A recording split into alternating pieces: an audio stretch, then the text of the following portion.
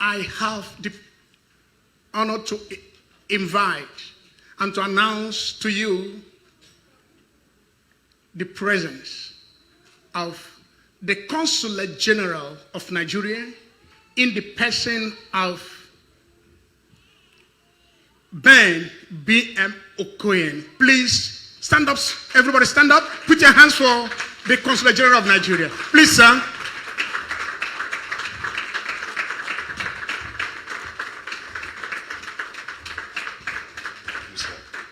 The Consulate General of Nigeria is the man you heard preach today. And look, it's not easy to see these great people being in the Lord, being preachers, being ministers of the gospel. So that is a very great privilege. May the Lord God bless him. Keep standing. I introduce before you and welcome also the man of the people, the owner of the city, the owner of New York, the owner of US. He is here today is because he is here at the verdict of Mr. President. He's here at the verdict of the governor. He's here to represent the United States of America. And it's under his umbrella that we all are here. So honor is given to whom it is due. Sure. I introduce before you a great man, a man of the people, the councilman of District Number 12, in no other person than Andy King. Put your hands together for him.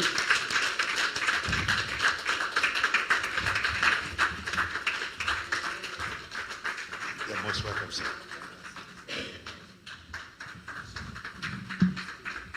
Good morning, good man. Good morning, church. Or shall I say, good afternoon.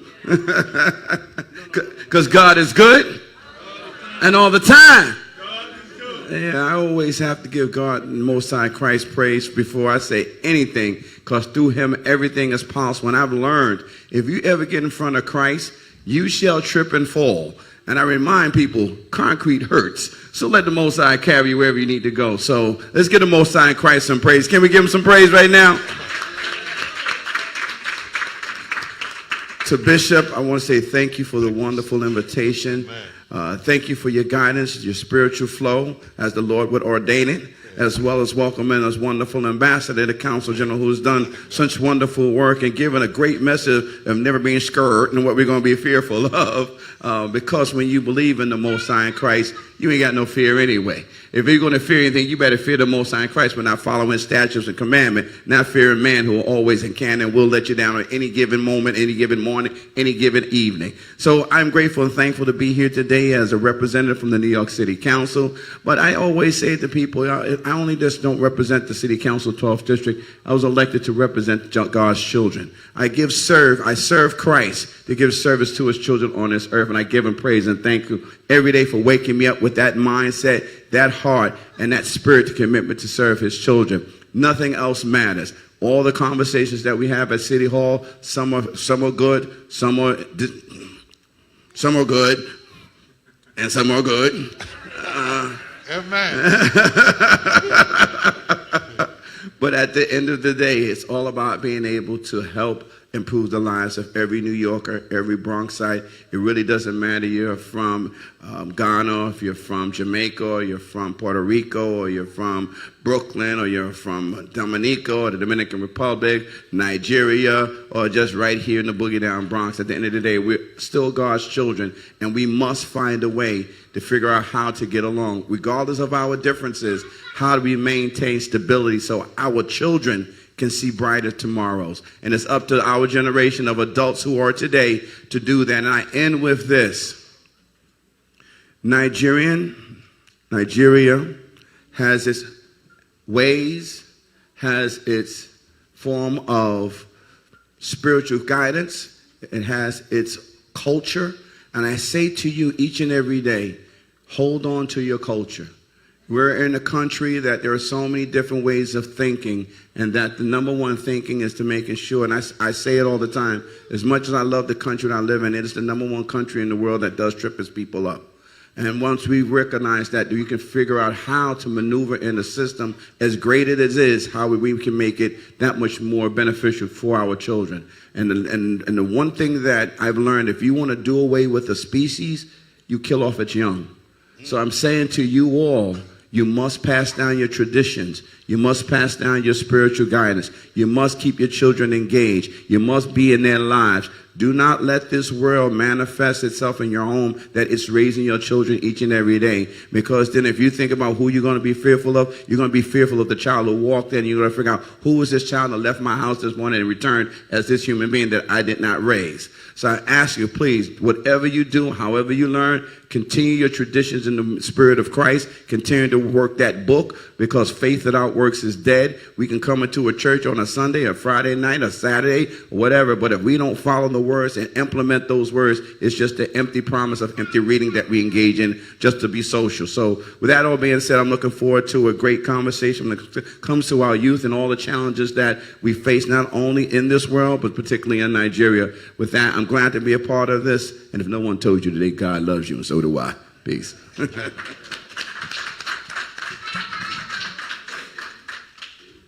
On my own address, I would like to thank Andy and my own brother, man. I appreciate you both for coming. We are here in the South Bronx. And we are part of the community here in the South Bronx. Our food pantry, we met in the Clergy Coalition. I hope you remember. That's where we started speaking the issues concerning us. Our food pantry here takes care of over 300 people every week. And we feed the community. Not just only once, we do it about 3 times a week. Mondays we're giving out, Wednesdays we're giving out, but Saturday is a big one. We do touch the community here. And we are one of the sanctuary churches in New York City. So those issue of refugees and those without papers being pursued, they can take a refuge in this church. We're registered. And we have a 5-star guest room upstairs where we normally keep those who are in need, where to hide away from immigration. So I say this is in terms of knowing that once they can set foot through this door, they can be arrested. And you're going to help us to push forth our status in that. Also, we do from time to time this year going to help us too, with the City Hall. Our grant was cut off because we used to have this keep the kids off the streets that daycares began when we just bought this building new. Keep the kids off the street program. That when we bring them in here, we teach them computers, math, and reading and writing. We lost that grant and we're not going to get back to it again. And so that we can, every summer, get all the children in here. We work both of it. In terms of going down the school, down the street there to get them breakfast and also lunch. And so we equip the church to that effect. So we want to get back to that. Come summer 2020. That's one of the things I wanted to get up with you so that you can help us and make it a learning center for next summer. And if we can get back that grant from the city so that we can keep doing what we're doing here. Because God sent us here to partnership with the community. This community has so much need. You can see that we're like an oasis here. All the projects all around us and everything here. We're the only church actually in this particular area, block here, that's actually engaged in the community. So we have a long way to go with you. So that's why I'm going to get with Bishop Rosario and I. We're going to be on your back going forward from now, so that in all our clergy coalition meeting for the Bronx, which I'm now going to be more active than ever, but going to Albany and fighting for everything else, we will be working with you going forward from here. So that's because I'm trying to retire from the university now, so I can have more time to do this. So we appreciate your presence here today. I treasure it. I want to thank you particularly. Then to my own, I call him ambassador. I've been so blessed to meet you. And one of the things we are now struggling with, you can see, you did say that most of them are living now. I came here with my wife with no children. I have 3 now. They're all grown. The one playing the piano is the last one. And they're all grown. I have 3 grandchildren. and the two girls are married. How can you help us? Because the project we have had in mind that we haven't been able to actualize, which is that we want to take all these our children every summer, not only to Nigeria, to Liberia, to Sierra Leone, to Ghana, and let them begin to learn, spend the summer there. We're looking for grants. I don't know whether Nigeria has any money they can give us to bring them in there so they can spend time. So that what issue you're raising, how do we get our children to love Africa, love Nigeria, learn our culture? No matter what we do, we're losing even the language. And so one of the things we're trying to do this summer, I have spoken to her, we're going to begin Igbo, Yoruba, and Hausa institutes here this next month? Yes, by the end of this month. Yes. We want to begin, we're looking for money to begin Igbo, Yoruba, and Hausa language institute. Not just to say we teach them our language. We want to have an institute. And we now got incorporated with the educational program with Albany so that we can make it a legitimate institute for language, African languages. This is what we begin with these three, and then we will just drive it down there. So that's where you come into. You are here. How can Nigerian government begin to take interest in us here in diaspora? So we can have our children connect back to motherland in a powerful way.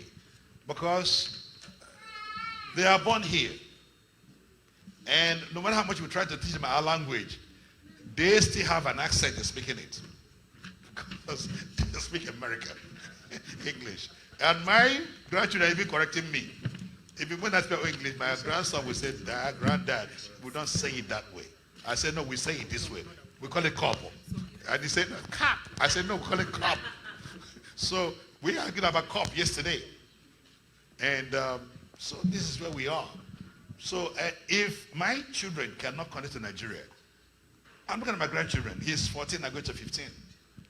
Now he will soon get to the point where my great-grandchildren now will be the one I'm talking about.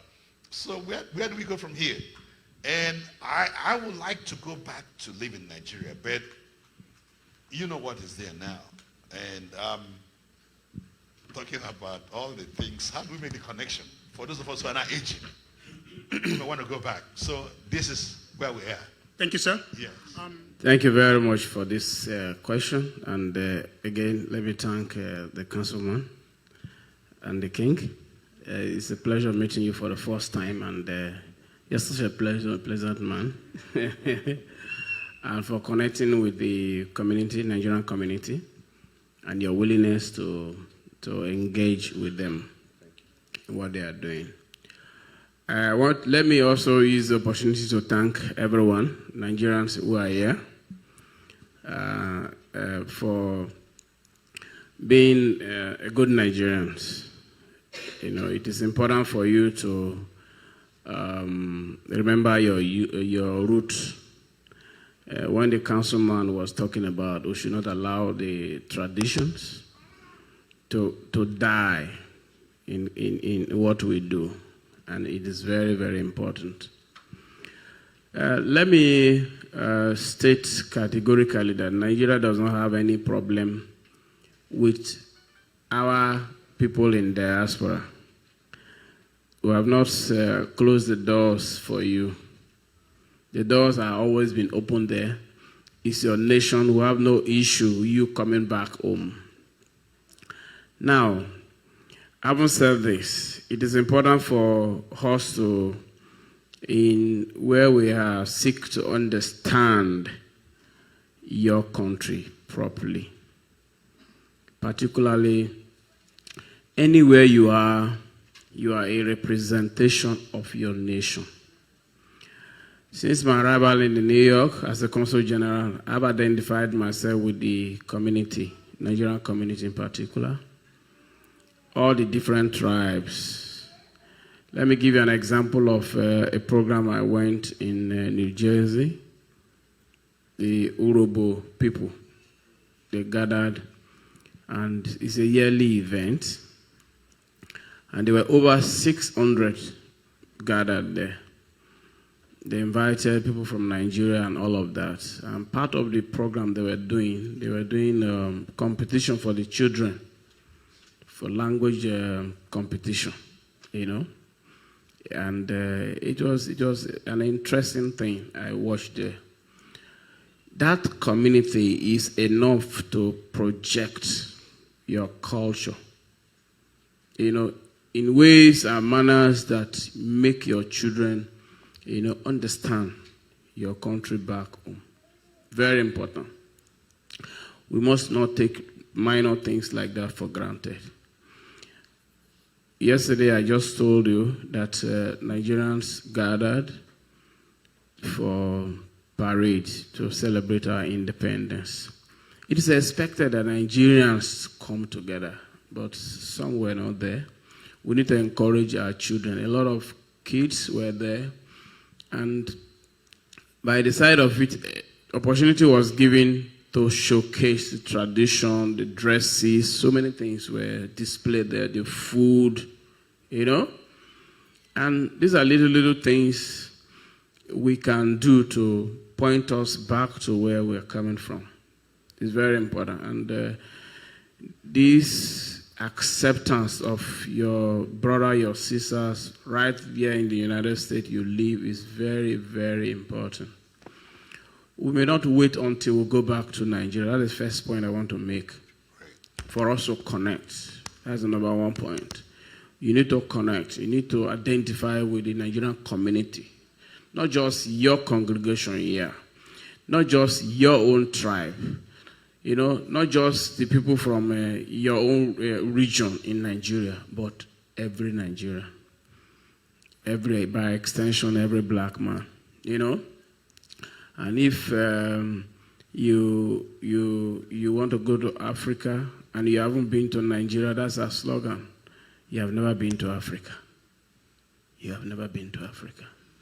If you don't go to Nigeria, you go to any other place in the African continent, you think you are in Africa. You have never been to Africa. You've never been to Africa. People make the mistakes. Say the year of return, they are selecting some kind of few very small countries that cannot be compared to one state in Nigeria. That's why they are making a model. They are making big mistake. At the end of the day, they will soon discover that they've never been to the African nation. Nigeria is the place to go, and that's the next big destination for all things. You know, challenges here and there, but, you know, the world is very, very competitive. Everybody's looking for a way to do the right thing, and that's where we're going. Very soon it will explode. And we need to be patient. We need to, as Nigerians, we need to be patient. We need to see how we can be contributing to these things. For Nigerian government, have a lot of programs for the youth. And we say, go and dump your youth there. You know, that's not the issue. You taking back your children depends largely on you, your families. You know, if you as an individual have not decided to go back to Nigeria, there's no way you can even force your children there. That's the number one thing. That's my own thinking. So if as a father, if as a family, I don't even have a home in Nigeria, where do you how do you want your children to just go? Are they the one to now go and settle and call you back home? It's a big issue. It goes beyond this talking.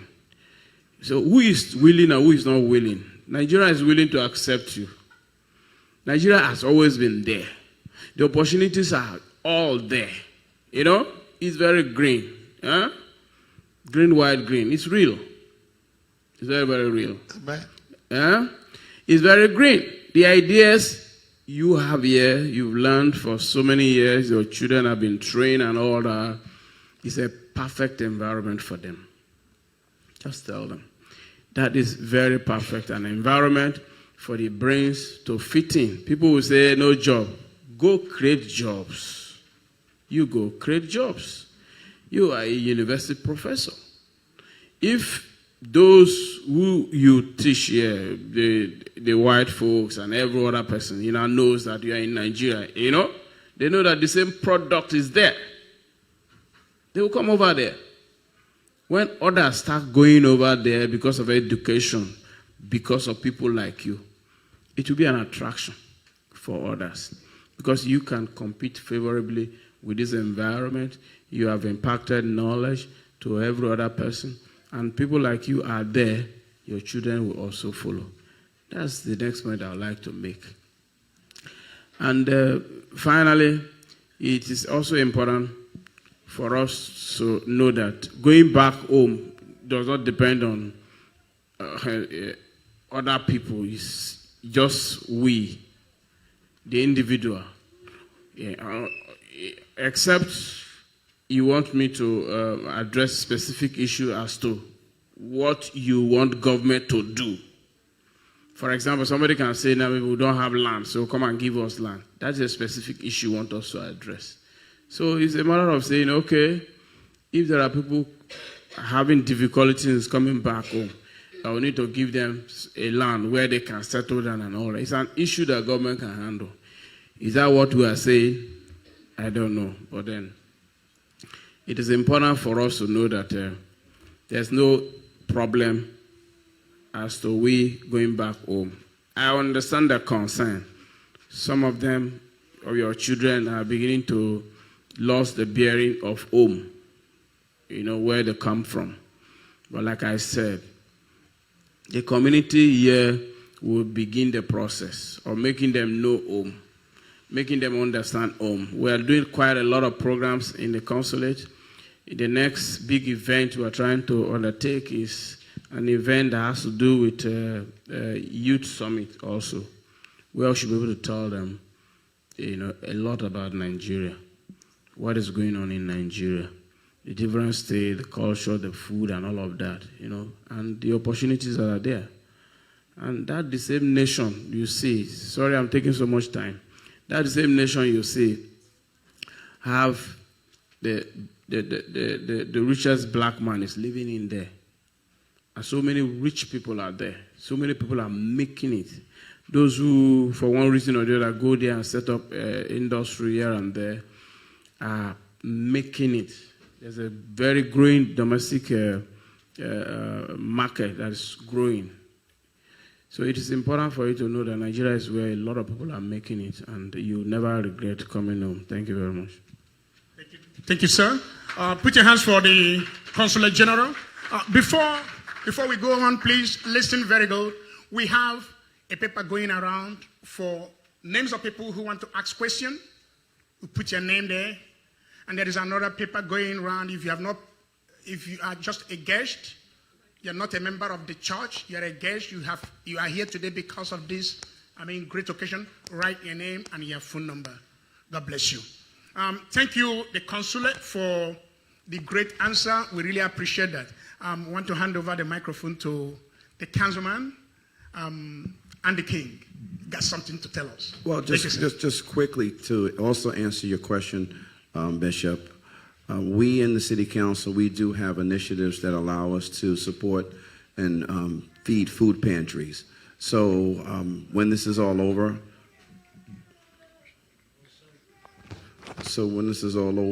he missed everything I just said, right? Please, say again, I'm concerned about you. Okay. So I'm asking you as deputy. So I was saying, in the council, we do have initiatives that allow us to help with pantries. So we can talk afterwards to see how we can get funding to help fund your pantry to make sure that you have all the food that you need to service the people that you're servicing in this neighborhood and throughout this location here. So that's the first thing. Second thing, in regards to our children and culture, just briefly, as you heard me say in the beginning about participating and making sure that you pass down your stories, passing down all your traditions to your children. This term has been used a lot, but we forget about it. But when the movie Wakanda came out, it tickled me when the lady called the guy when she brought out he got hurt, and they were going to help him out and call him the colonizer. And what happens is we come to America and we get colonized and we forget where our story actually began. It didn't start when you landed in New York or Brooklyn or in Georgia. It started far before you got here. Mm-hmm. And we forget all of that. And so our children, I say that My family's from Georgia and Alabama. No, I can't again say I'm gonna go back to Nigeria and I got somebody there that's a great parent. I know I don't have that, but you do. So that means what the children that are in here today, because I watch, you got some beautiful garbs that you all wear. But why is that the little 16-year-old that's in here doesn't have anything that shows the print of the history of your country? So that's what I'm saying. It's the little things that you can do to help your children remember where they came from, even if they have not got on a plane to go on, but they should be wearing those garments, because I got to go always find somebody to make me a Nigerian print when I want to go out. So I'm saying to you all, like I look at the little children there or the sister there that's right there, you're wearing American clothes. It's okay to wear American clothes, but if you want to have the essence of your history, then you got to also wear your garb, wear your clothing each and every day to tell the world, I'm proud to be a Nigerian. There are other countries on this globe, when they come in America, right where they're from. They're not worrying about trying to, be an American colonizer with a suit on all the time. They wear the things that make them who they are. So if that's your first start for your children, since they've never been there, and grandma and grandpa, they still around, you got to spend time with grandma and grandpa. They cannot be babysitted by electronics and America's way of raising our children. Because when we do that, that's when we lose our story. Because no one tells your story better than you can tell your story. And never let America tell your story, because there's too many stories in America that get tripped up. We don't never get the truth. So with that being said, that's why I recommend you start. Questions? Thank you. I have somebody there. Number one person there. Give me the name. Pastor Shegu is number one. Pastor Shegu, can we please? Praise the Lord. Amen. We bless the name of the Lord for the opportunity we have. Nice outfit, bro. That's what I'm talking about. Wearing stuff like that. That's rich. That's a king there. To be able to stand like this and be able to ask a direct question from you. I'm happy to be a Nigerian. And that's the reason why I work for the city of New York City Department of Correction. For the first time, we participated in the parade yesterday, and I have all the pictures here. We try to do more next year. We like it, we love it, and we like to associate ourselves. But my question is from the message you preach to us. I love it. Fear unnecessary. I want to ask, because it means you know that there is fear. I want to ask first, even if that one is not the real important thing I want to know, who created the fear? God, Satan, people, government, leadership? That is the first one. The second one is, what is the solution? I have the reason why I'm asking this question. I have 4 children here. One of my children only went to Nigeria once. Went 2016 and came back 2018. And at the end of it all, we asked, we are going back again. She said no. So you've told her that there are opportunities in Nigeria. How can we deal with the fear first? It is when we deal with the fear, we can create opportunity over there. What is the solution? Thank you. Put your hands for Pastor Shegu. That's good. That's a good one. Now do you hear it? Go ahead. Thank you very much. How do you deal with the fear? And who created the fear? Who created the fear? And I know that as a proud Nigerian, he can also answer this question. But let me attempt to help him. The most important thing here is he's telling us there is a problem. I'm not saying there are no problems. But you now, putting yourself in a state of panic, fear, it's a torment, you will have. For example, if you hear that there is Boko Haram in Nigeria, terrorism in Nigeria. But it's not a peculiar thing to Nigeria. But the mere fact that it is in an aspect of in Nigeria, whether it is in Northeast or whatever, it is in Nigeria. So you may want to be very concerned about it. So how do you deal with that situation? Issue. Dealing with the issues about fears. the diasporans have, in trying to go back home. Somebody want to go home and he's been told that there is kidnapping, or he's been told that there is a Niger Delta crisis. Let me tell you, I'm from the Niger Delta. In the heat of the crisis in the Niger Delta, I was living in the Niger Delta. And what was the crisis? Youth unrestiveness in terms of a better condition, and the oil production that is going on there, the people are not taken care of, and all of that, kidnapping of oil workers, and all of those things started and all that. But today it is not so. Because the community, the government came together and looked for a solution, And part of the thing they did was to make the Niger Delta youth to be part of the process of taking care of the problem. That's what brought about amnesty program, if you are familiar with that, where a lot of them were trained, they dropped their arms, That is a concerted effort of government dealing with the situation, with the understanding of those who are causing the problem and all of that.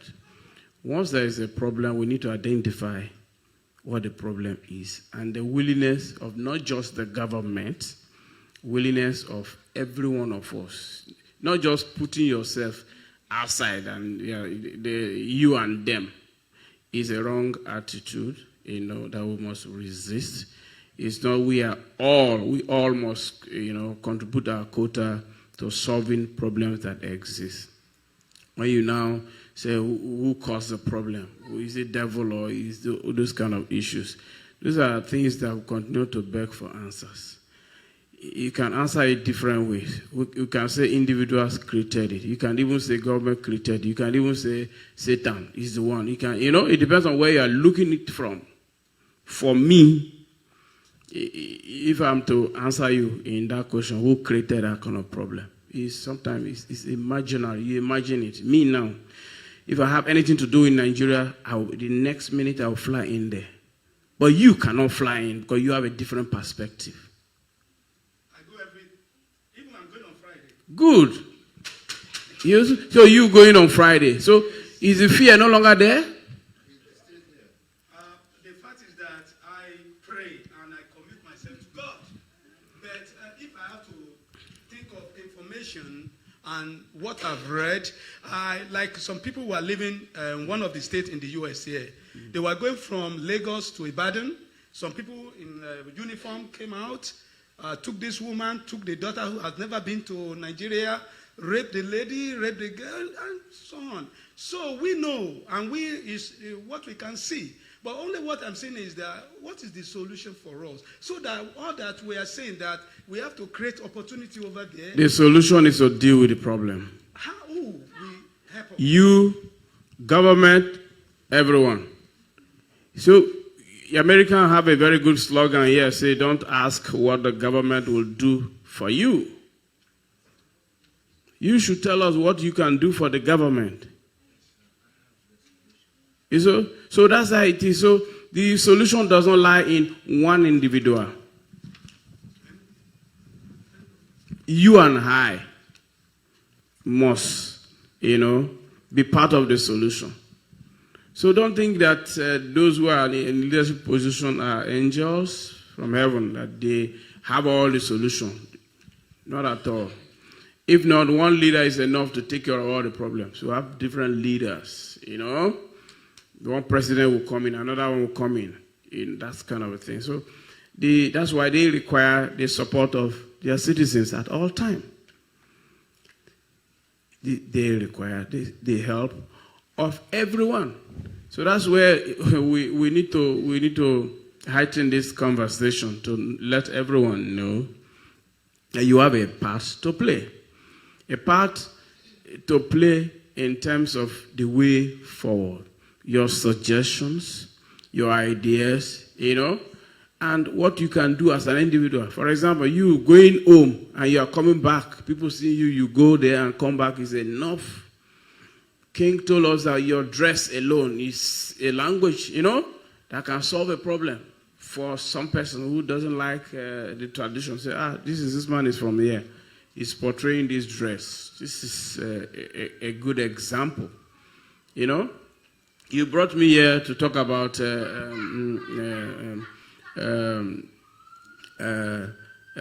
issues here now. I am from there. I don't live here. I don't live in the United States. I came here for only work. I'm not a citizen of here. But I've never thought of staying back at all. Not because this place is not good, because I have a better place, my own, where I'm from. But that is it. So it depends on the perspective. So if you bring somebody here, he was born here, he understands this place, so he's more used to this place. That is the only mistake we're making. He's used to this place. Anytime you make them get used to that place, they will be there. And that's part of the solution. And that is not to say that when there's a crime is a crime anywhere. If it is terrorism in America, it's terrorism in Middle East, it's terrorism in Africa. So it's not as if it's a Nigeria problem that Nigeria is the one refusing to solve it. It's not so. Thank you, sir. Thank you. So we have another question from Honorable C.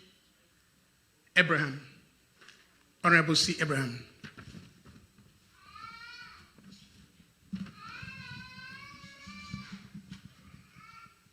Thank you, Councilman Andy King. Thank you, Ambassador. And thank you, my pastor and bishop. Please, Ambassador, I have simple 2 questions to ask you, and please do not entertain them in an abstract form, because it ties into what you are explaining and what we've been going through here. I will center my questions on 2 issues upon which I hold some command. One of them is legal encumberment upon Nigerians and clinical disorientation. And those breed one of the highest fears we entertain and have no help.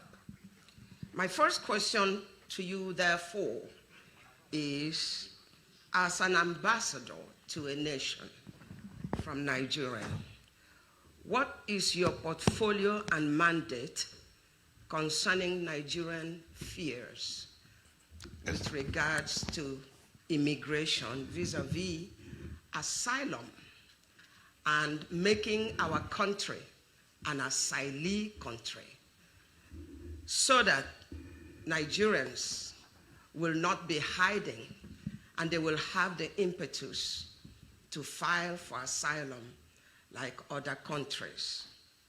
Number 2 questions. How do you help mitigate the helplessness of Nigerians and Nigerian parents? Under the international law and United Nations Charter, you have a portfolio which spells certain obligations and duties to indigent Nigerians. Do you think that the absence of your office, Nigerian Consulate, does well to encourage Nigerians, support Nigerians? Or do you think there is something else you would want to include? Nigerians come to my office, I tell them, you cannot file asylum, because under all of the charters that initiate that particular protection, Nigeria is not declared an asylee country. What is the consulate doing to declare Nigeria within the confines of the turmoil and killing, whether the consulate wants to acknowledge it or not? It has disoriented Nigerian lives. What does the consulate do when a Nigerian is not even quite welcomed in your consulate? Number 2, the clinical disorientation of our culture that transfers to our children. Because when there is a disorder in the household, because mom and dad are never home, they have 2 jobs. And there is no national entity that vies for the interest of our children.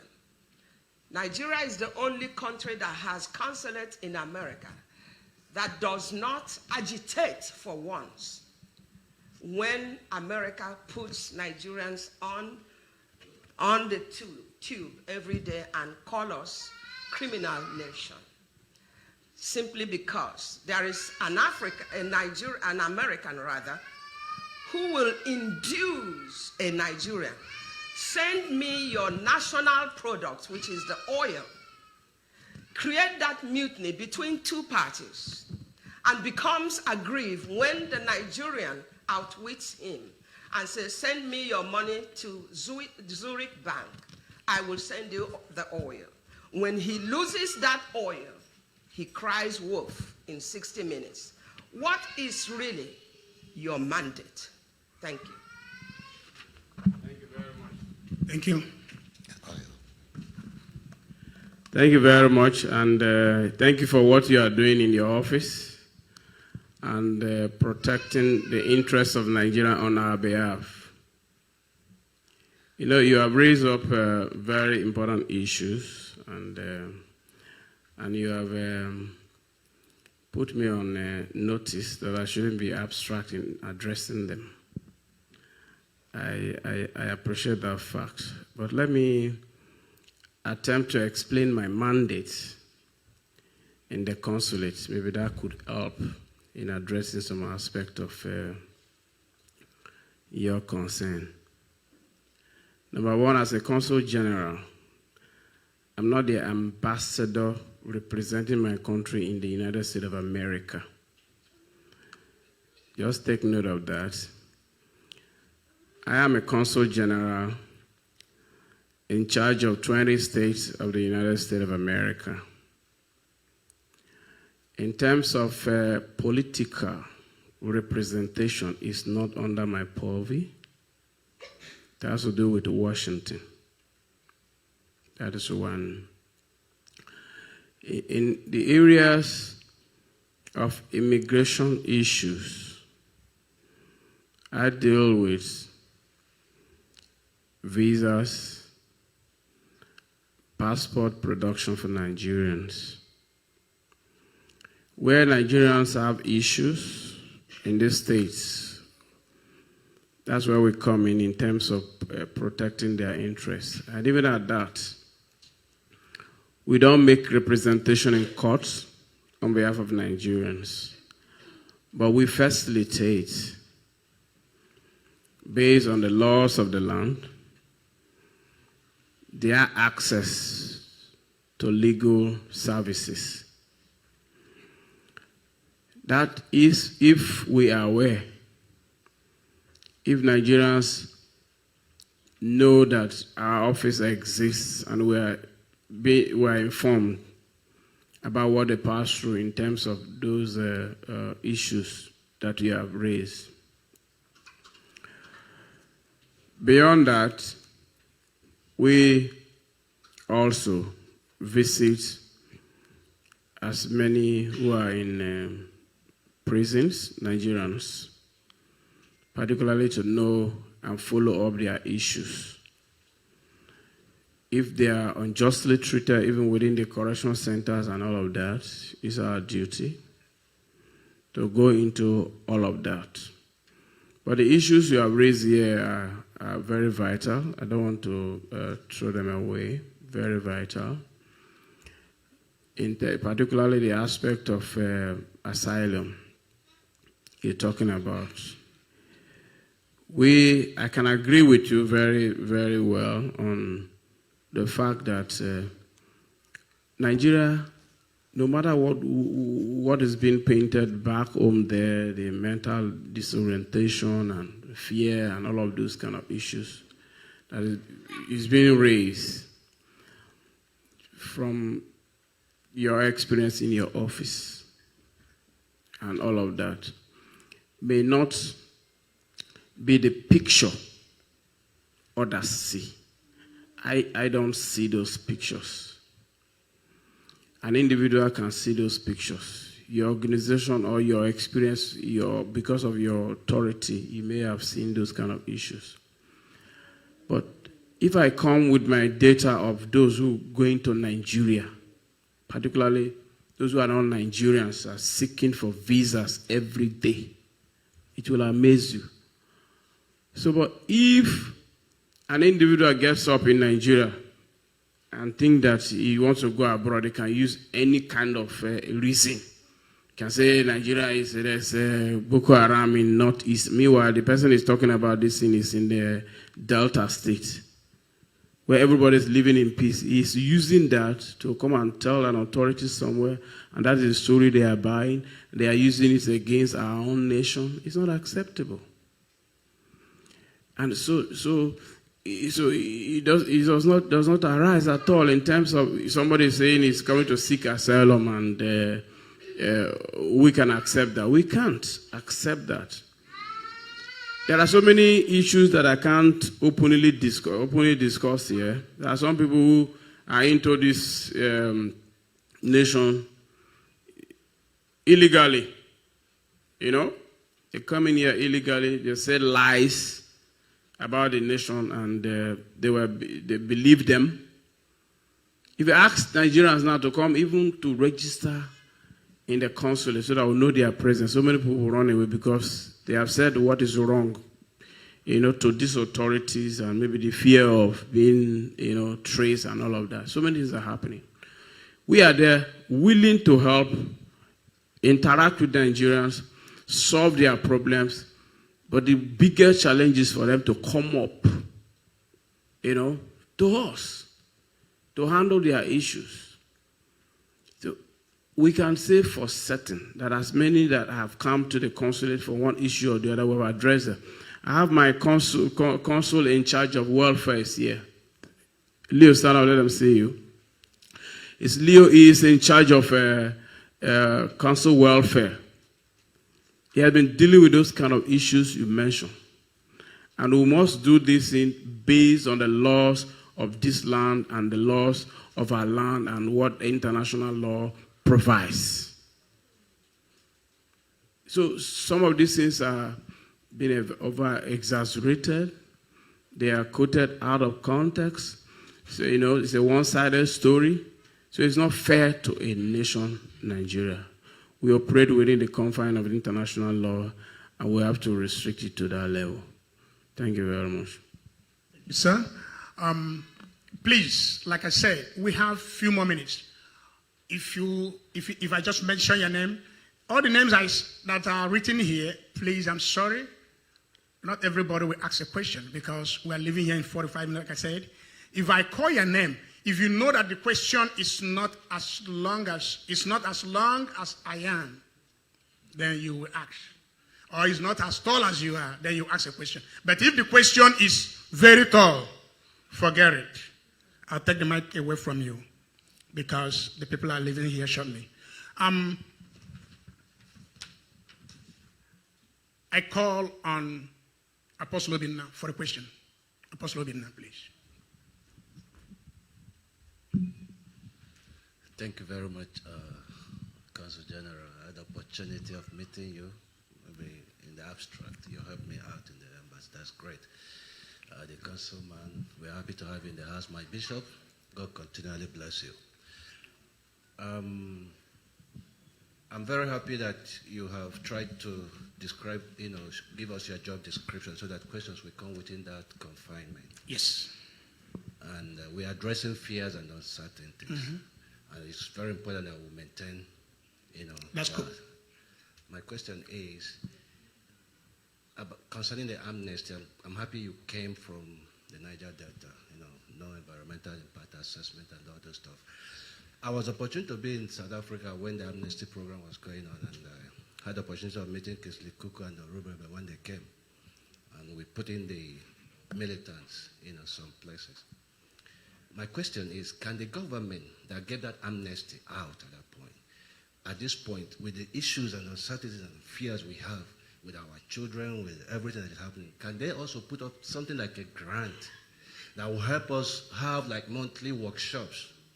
Our church is open for that, noted. So that we can have workshops that's going to help Nigerians, their children, and we have so much problems. We cannot sweep it under the carpet. The homes are completely broken, though there are personal issues, but it has to do with also the system and stuff. But can the government, can you help get the government, give us grants like they gave out amnesty, so that we have monthly workshops to help address fears, address issues and uncertainties. The disorientated Nigerians, you spoke about the interest of the consulate, concerning Nigeria. So is there anything you can do so that we have like monthly workshops and stuff? Thank you, sir. Yeah, sure. In our church or some other place. Yeah, thank you very much. Not like what we are doing here now. Just like what we are doing here now. It's not about government giving grants for this to take place, It's something that we can do ourselves here. Just like we are here now. If you're able to gather, enough crowd, we could get all the experts and talk about what we need to talk about. So it's possible, that's the answer. Possible to do so, but whether to get grant from government is what the aspect that I may not say yes or no, So when it comes to issue about raising money, there are different ways we can raise money to do what we want to do.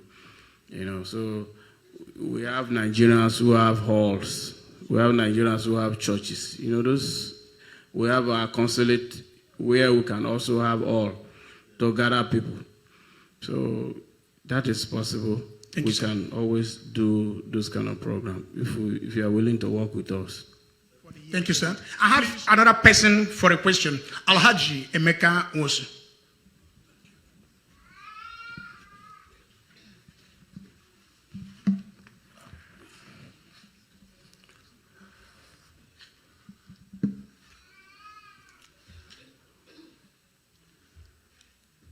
Thank you, gentlemen. I'm Alhaji Abubakar Emeka Nwosu. I am an Igbo man. Some people will laugh. They don't know what is obtained in Muslim. They don't know what is even obtained in Christianity. Because our people say, when you marry two men, you will know which one is better. The one that is better. I went to Mecca August 1980. I moved with a lot of Alhajis. If I will come to say this is the life of those people and the life of our people, you won't believe me. So that's not where I am going. Our representative here, you know that everybody know Nigerian problem is corruption. When Buhari came, wanted to come into power, the whole world interviewed him, both in Al Jazeera, both in CNN. They asked him, how can you fight corruption when 99% of the then government is corrupt? If one can remember, he said, he's not going to fight corruption. That corruption will fight the corrupt.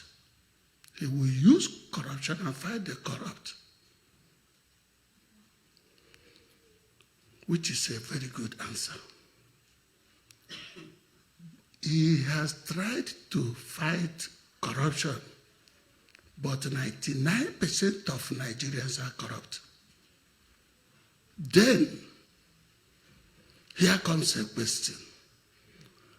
There are a lot of people indicted for millions, all of them in the government. After EFCC bring them and ask them questions, this and that, and say they recover their money, we have not seen any punishment. All of them come back to be in Senate. All of them come back to be in House of Representatives. All of them. None of them has been. See what happened to this guy who, instead of staying to announce his sentence, he killed himself. Good. Why you people don't punish? We have not had anybody gone to prison, even get death sentence, get life jail. Some of them who carry a lot of money. Thank you, sir. Thank you. Thank you, sir. Tell us. Thank you very much for your question. Straight answer will be, it's for all of us to fight this corruption. It's important because now, if we have somebody like him in government, I'm sure that we have got one person who is ready to fight this corruption. Like you said, they interviewed him and was ready to fight. Most people voted for him because he wants to fight corruption. But the question now is, how many people are helping him to fight this corruption? That's the other question to ask. So if you have a willing individual, and that is to tell you that one person cannot lead Nigeria. Is government of the people. And if the people don't see it as their own government, it's part of the problem. That's what I can see. So if they say EFCC is there and report cases of corruption, and you are seeing your brother corrupt, and you don't report, you are also part of the problem. So it's a difficult answer to give you.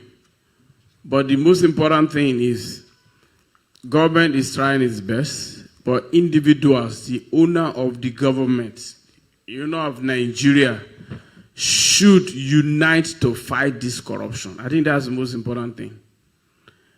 If we don't do that, the government may not do it alone. And that's the only thing. I may be willing to do to fight corruption. I'm ready. I can come here and preach about everything, And if the people that will help me to do this something does not follow my vision, where do we stand? And that's part of the problem we have. I give you a simple example. I came to the consulate. I had so many visions, so many things I want to do. The first thing I did was to gather all the leaders of different organizations so that they can come together as Nigerians, so that we can, move forward. After that program, certain groups come up, started fighting about leadership positions, distracting me up and down. And I found out that this thing is not going to work if I have to go this way, to wasting my time. And that's part of the distraction that leaders face. In my little corner, that's what I experience. And what I've decided to do is, if I see 1, 2, 3 Nigerians gather somewhere doing something that is right, I identify with them. So individuals doing something right, I acknowledge it and honor them and follow with them. That's it. If I see somebody having one important position that can project the interests of Nigeria, I work with them. I think that is just part of the problem we have. We shouldn't give up. We should contribute to the fight about corruption. Thank you very much. Thank you, sir. That was a very great answer. In the next 20 minutes, the program will be over. I call on Elder Chief Oko Okroji.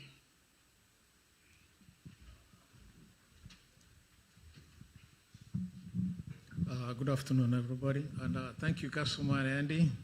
You're always everywhere you're called about Nigerian affairs. You always show up. Thank you, Consul General, and thank you, my pastor. My name is Oko Okoroji. I'm a captain with the New York City Fire Department.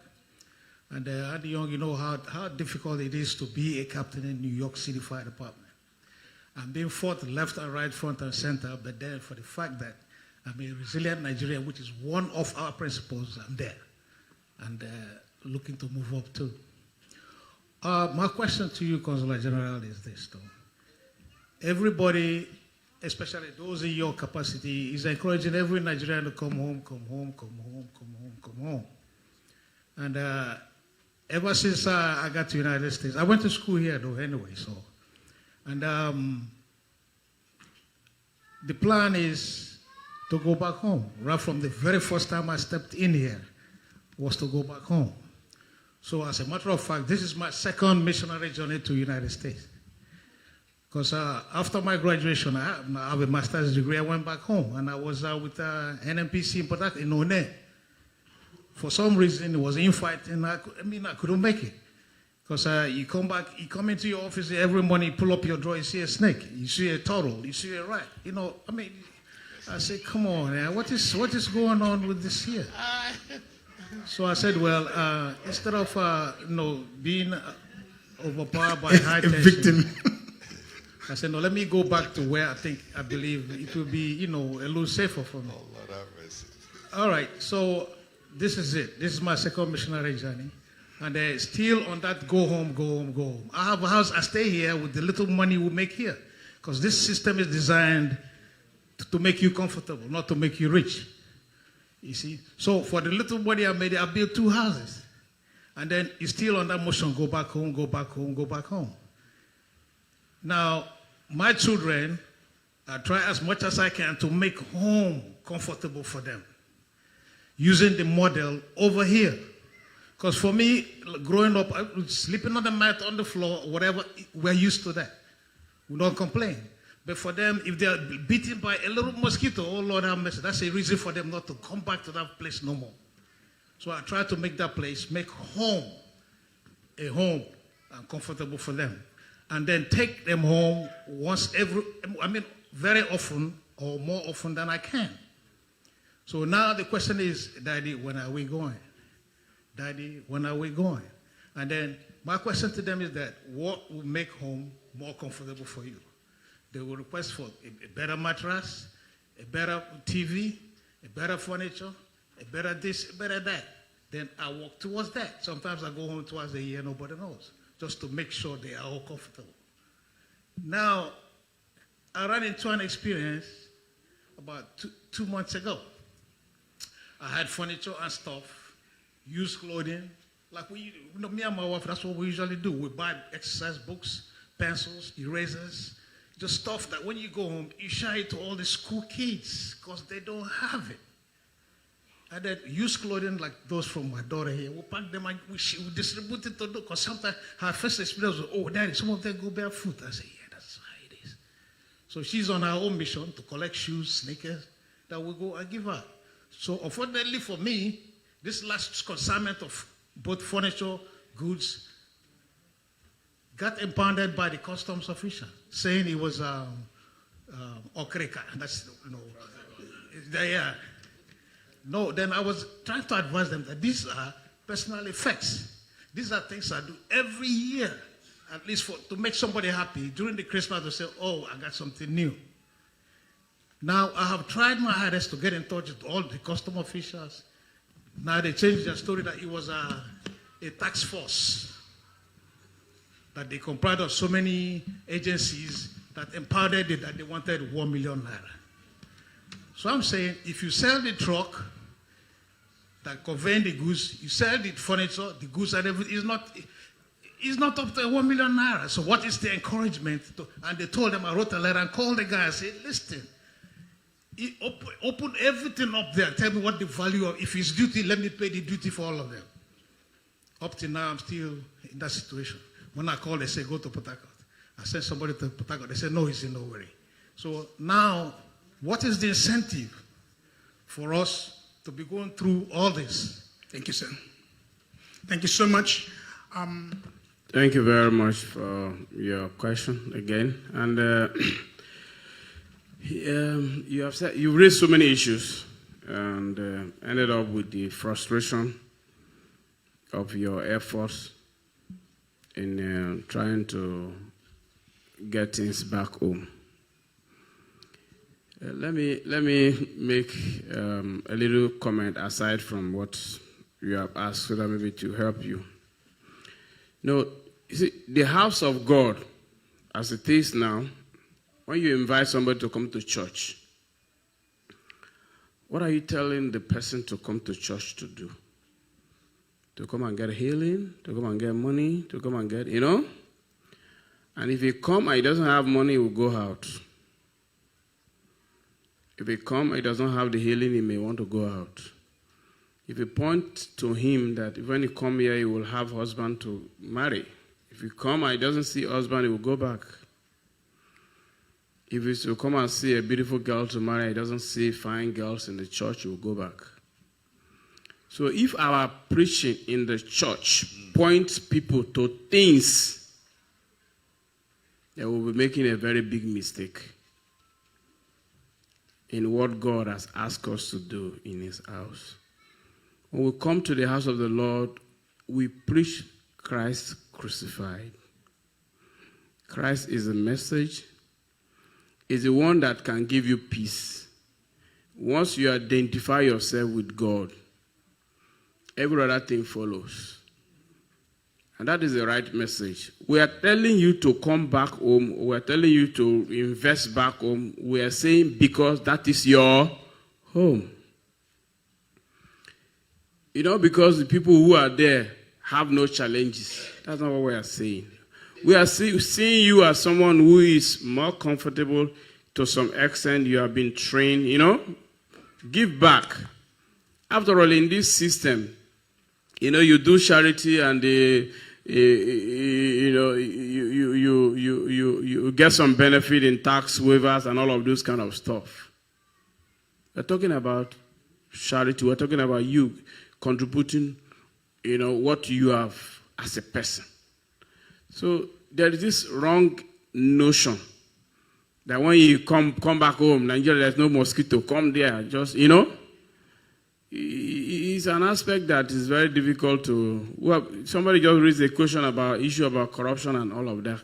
We just said we are the one to fight. For example, you've just had a specific issue. You get, the customs were not delivering your this thing, and that's the situation you have. Where did you report this matter to? If you have come back even to New York consulate and tell me that this is what you experienced, it is my duty to write back to the authority, and I will make specific recommendation as to how best this must be handled. That's one of the ways you have also helped for us to fight this corruption. So if you go into a situation you are beaten, battered, and you now complain from that point, nobody know what you are talking about, Or somebody is trying to dupe you, you too, you are greedy, you are following the whole thing. At the end of the day, they are smarter than you and they have, collected your money. You say Nigerians are bad. Meanwhile, you are also the problem. If you had, for example, now reported that case or go to the right source, you want to get oil in Nigeria, how do you somebody just call you, I can connect you, to get oil, then you just go and fall into that kind of a thing? You must follow the procedure. Do what is right. Follow the rules, the procedures. That's what it should be. So, the 419 people are falling into are things that people who were doing in the 80s. People here are still falling into all this kind of thing. That's it. It is important for you to also follow the right processes in doing what you are doing. If somebody was not supposed to collect money from your hand, you have collected that money, report the person to the appropriate authority. Don't be afraid that, okay, if you report, somebody will go and do you anything. If you are afraid, then you will die there. So it is important for us to join our hands together to say no to what is wrong in our system. That's the only way we can move forward. Thank you, sir. Thank you. Thank you so much. Before the consulate takes the last question, one of the members of the council in the consulate is here. He has something to contribute. Mr. Leonard. Thank you very much. Your Excellency, thanks so much. I was indeed glad when you make mention of that word. It was just as if you spoke my mind. Concerning custom delaying your property, simple. Report to the consulates, we take it off from there. We've had issues whereby some Americans were trying to be defrauded, and they came to us to verify the document, whether they are authentic from the Nigerian government. We are able to advise them, it is not, or it is, before you continue. So if customers say one thing or the other, and you bring it before us, we report to our to headquarters and to the CG, they will get to the root of the matter. If you are genuine, if the case is genuine, it should be handled very well from that point of view.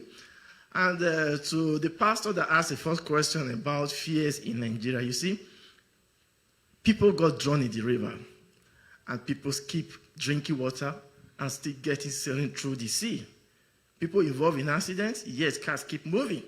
Even flights, airplanes do get crashed, and people still go on with that. So the case of that experience of a man or a woman getting raped or whatsoever is not every day. And it happens here as well.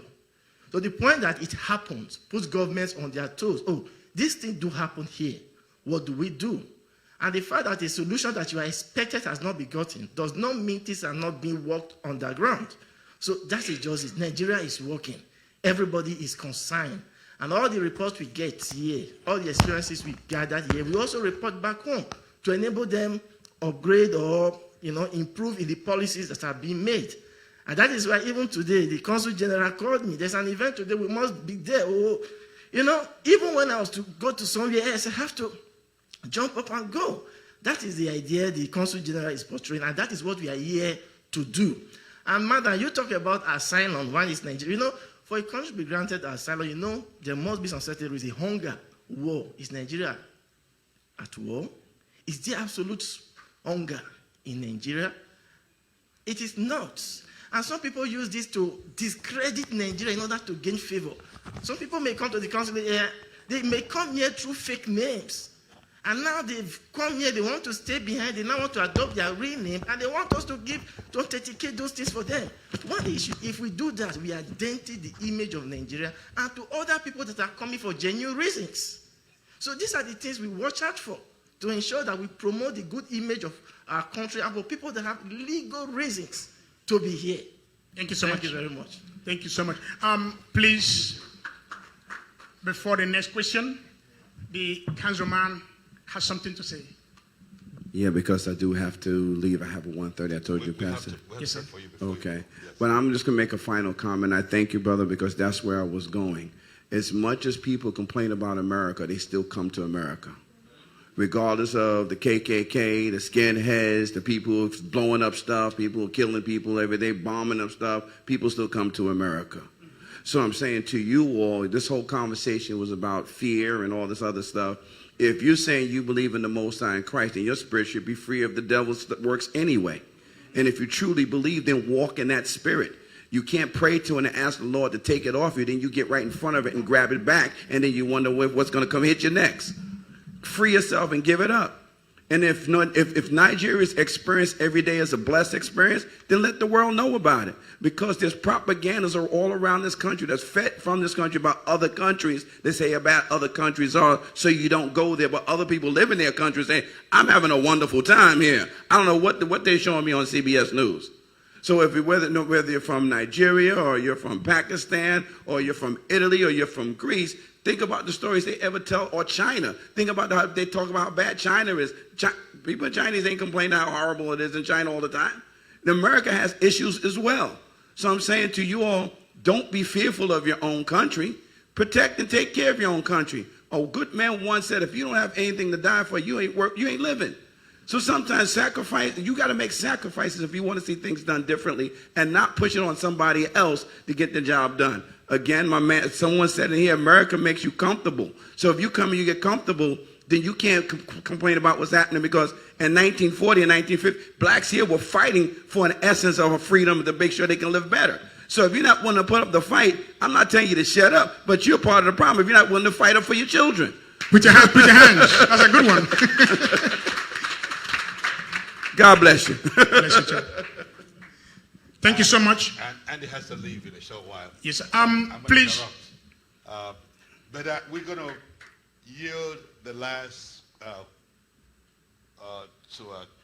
His Excellency to address us finally. We need to be prompt with time. So I want us to take a minute. You want to pray and then we'll pray for him, or you want to? My last comment. Okay, good. Thank you very much once again, and I have to thank everyone for coming for this event and our councilman. You know, the last word will be a follow-up to what he has just said. You have to be patriotic to your nation.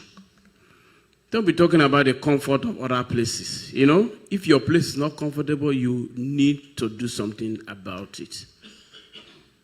Nigeria can only move forward with patriotic individuals. If you count yourself away from the process, you are part of the problem. Thank you very much.